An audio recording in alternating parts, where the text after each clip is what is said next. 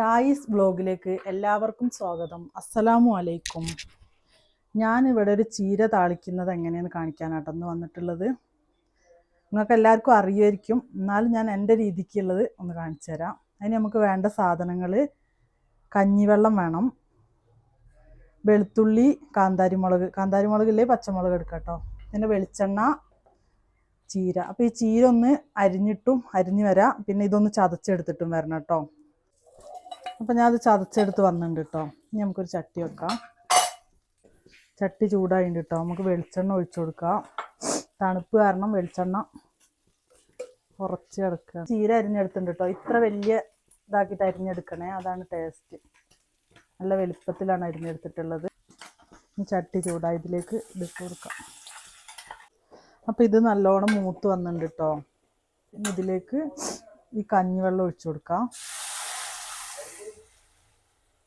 ഇട്ട് കൊടുക്കാം. അപ്പോൾ ഇത് നല്ലോണം തിളച്ചിട്ടുണ്ട് കേട്ടോ വെള്ളം. ഇത് നമുക്ക് ഇതിലേക്ക് ഇട്ട് കൊടുക്കാം.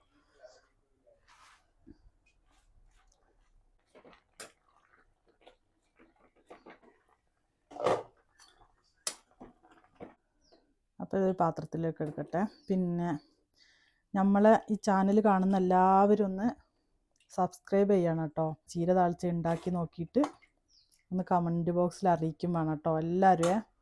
അപ്പോൾ ഇതാട്ടോ നമ്മളെ ചീരക്കറി റെഡി ആയിട്ടുണ്ട്.